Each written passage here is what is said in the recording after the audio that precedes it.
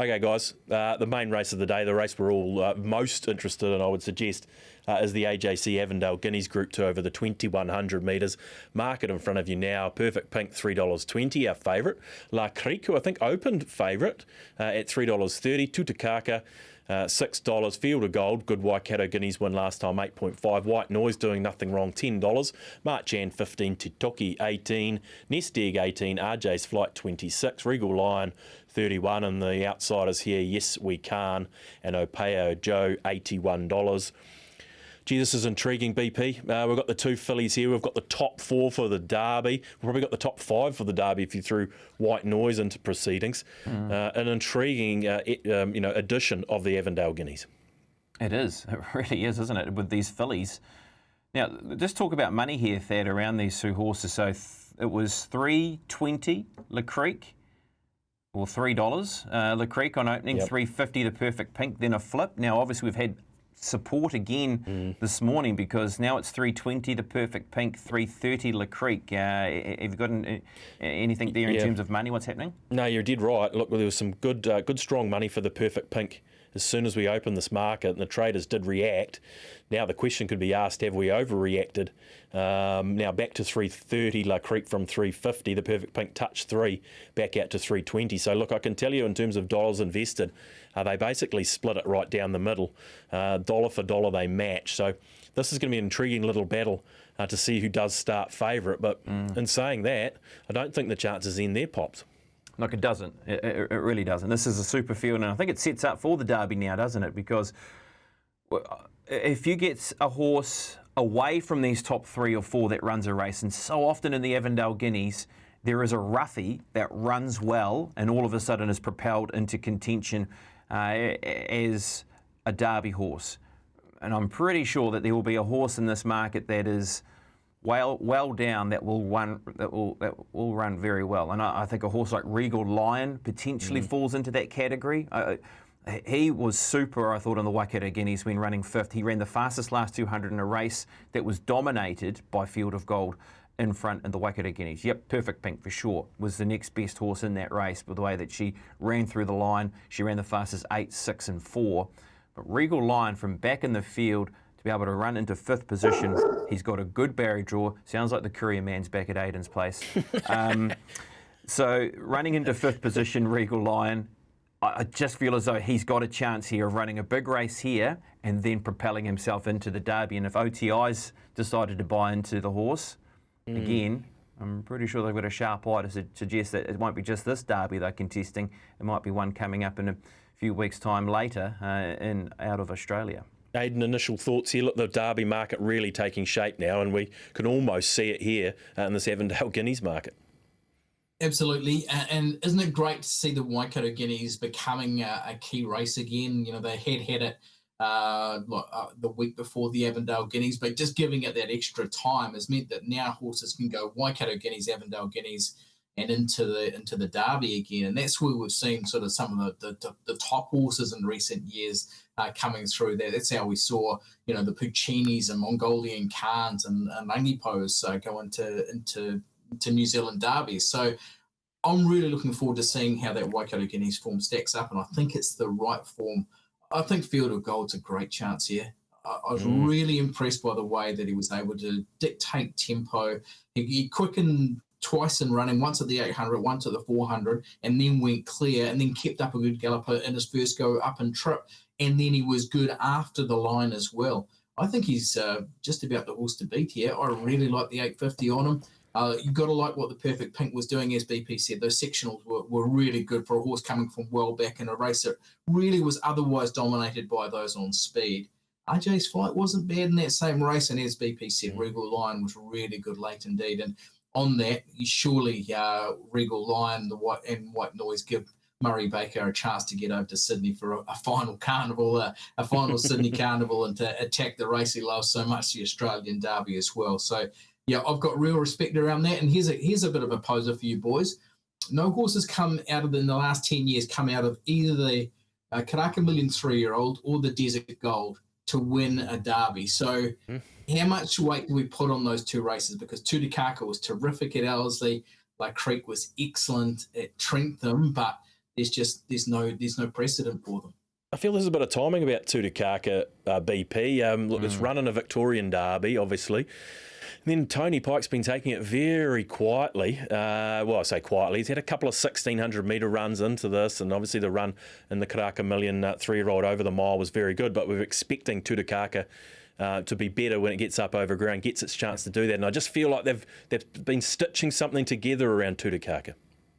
And I guess they have been planning it that way because they're trying to peak him twice in a preparation for two derbies. They had a shot at a Victorian derby where he worked his way up towards 2,500 metres, and then they had to bring him back to New Zealand and then work a path slowly towards getting towards that Vodafone New Zealand derby and peaking again later on in his preparation.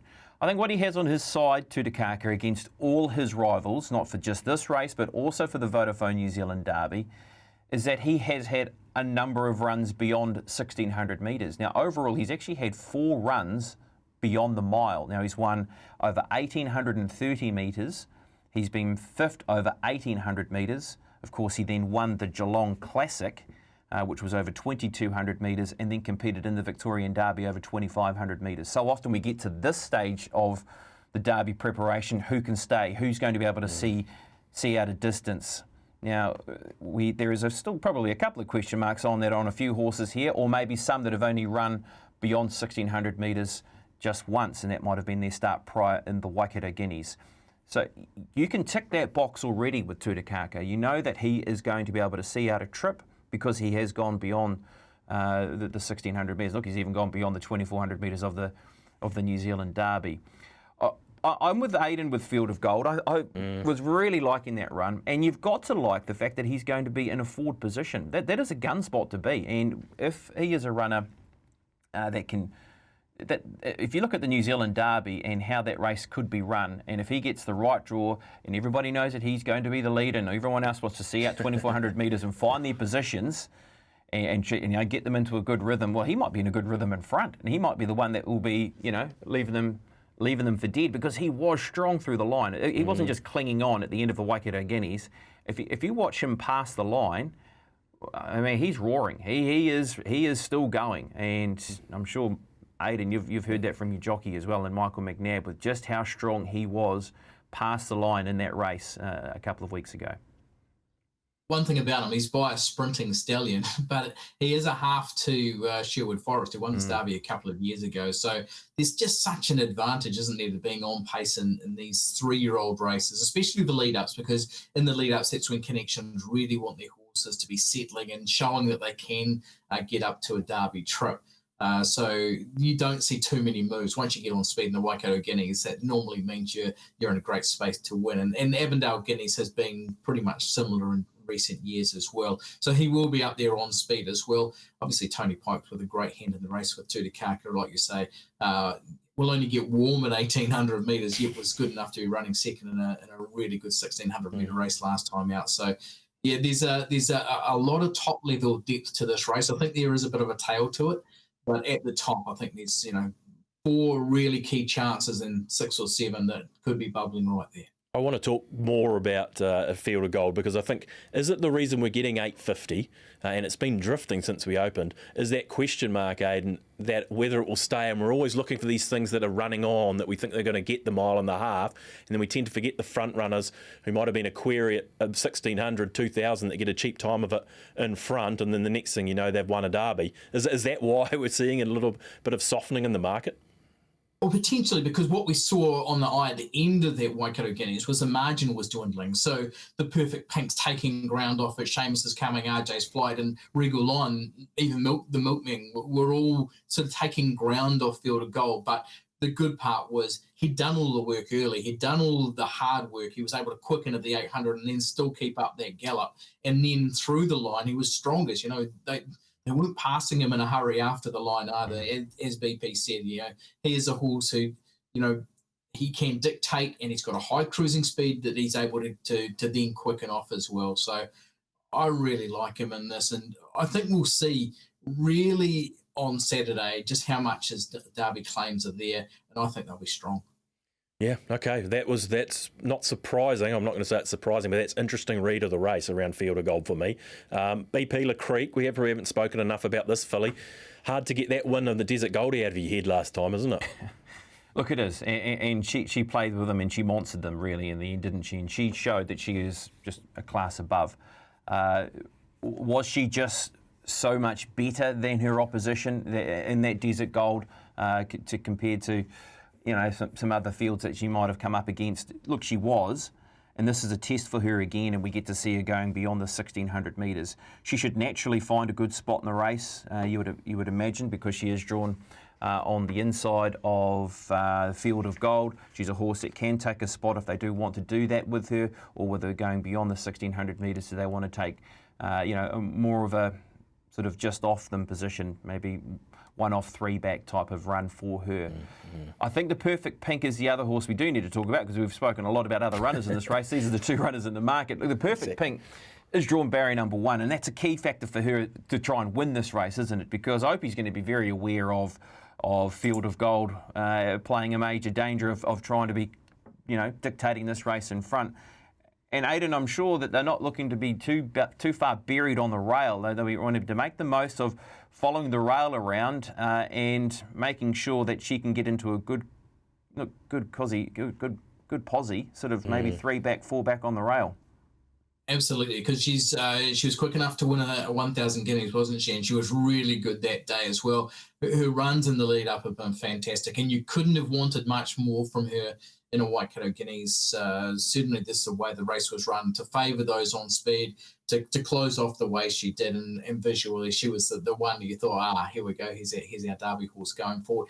It's interesting, isn't it, that we've got 2 fillies dominating the Avondale Guineas, and we have to go back to Silent Chiba times to really find a filly that was this much in contention this far out from a Derby. These 2 do look like they've got a lot of upside. Like you say, La Creek was just superb at Trenton last time. Yeah, absolutely. White Noise, Pops. I just want to touch on White Noise. Ginger Nut Salver winner. Doing it very well. This is a step up, though, but money for it at $12. Yeah, and so that means it's run a distance early in its preparation. I know Aidan is forever telling me that form doesn't hold up. Last winner, Mongolian Khan. Was that right, Aidan? I think so. I've been always a little bit dubious of that form, but well, maybe this year, maybe.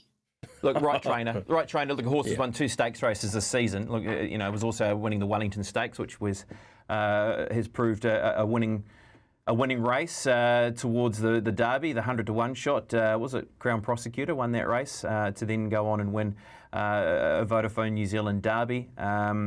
Look, he's in a good piece of form at the moment, and he's out of the right stable. There's been a little bit of money for the horse too, hasn't there, Thad? Yeah, no, there has. It's a losing result. In fact, RJ's Flight, the one you didn't mind at odds there, is a losing result currently, as is White Noise. So there is some interest there. And as you say, he has had that trip up over ground, hasn't he? Yeah, look, RJ's Flight, he hasn't been the worst, and he's run a placing in the Ginger Nut Salver. He ran just in behind them into 4th position in the Waikato Guineas. So yes, even though he is still a maiden galloper, he'll be able to find his way into the Derby with that stakes placing, or RJ's Flight. And let's be honest, that, and I know you guys won't be surprised, but every time this horse has run, he has been very well backed. It doesn't matter what price they put up. Look, they're clearly keen to chime in here and have a bet. So, he has shown without winning that he's a capable horse, and he might be in that Regal Lion, sort of nest egg to Toki, whatever runs well in that middle market.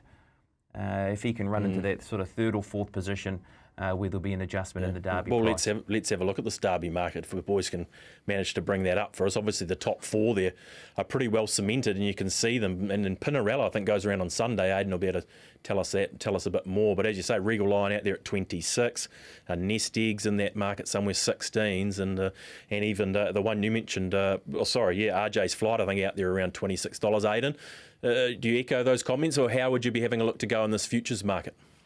Well, the other thing is, like, you see horses like SVR.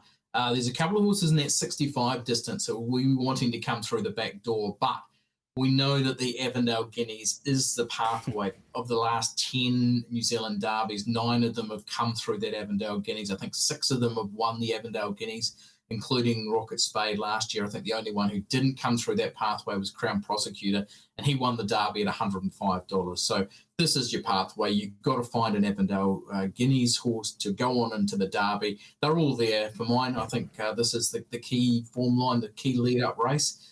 And we'll see the strong Derby favourite and the Derby winner emerge from tomorrow. You're going to back Field of Gold tomorrow in the Avondale Guineas, Aidan? 8.5 good enough for you? Yep, absolutely. I like Field of Gold, and I think he'll stamp himself as being a bona fide Derby chance tomorrow. And wouldn't it be amazing to see half brothers winning derbies within the space of 2 years? Yeah, absolutely it would. BP, that Derby market, obviously you mentioned RJ's Flight, $41. RJ's Flight, Regal Line, $26. So that'd be the way you'd be having a little bit of a look? Yeah, possibly. I think that's the way you can go. Is there a top 3 market still available on your Derby? I believe there is. So you'd have a little feverishly look as well.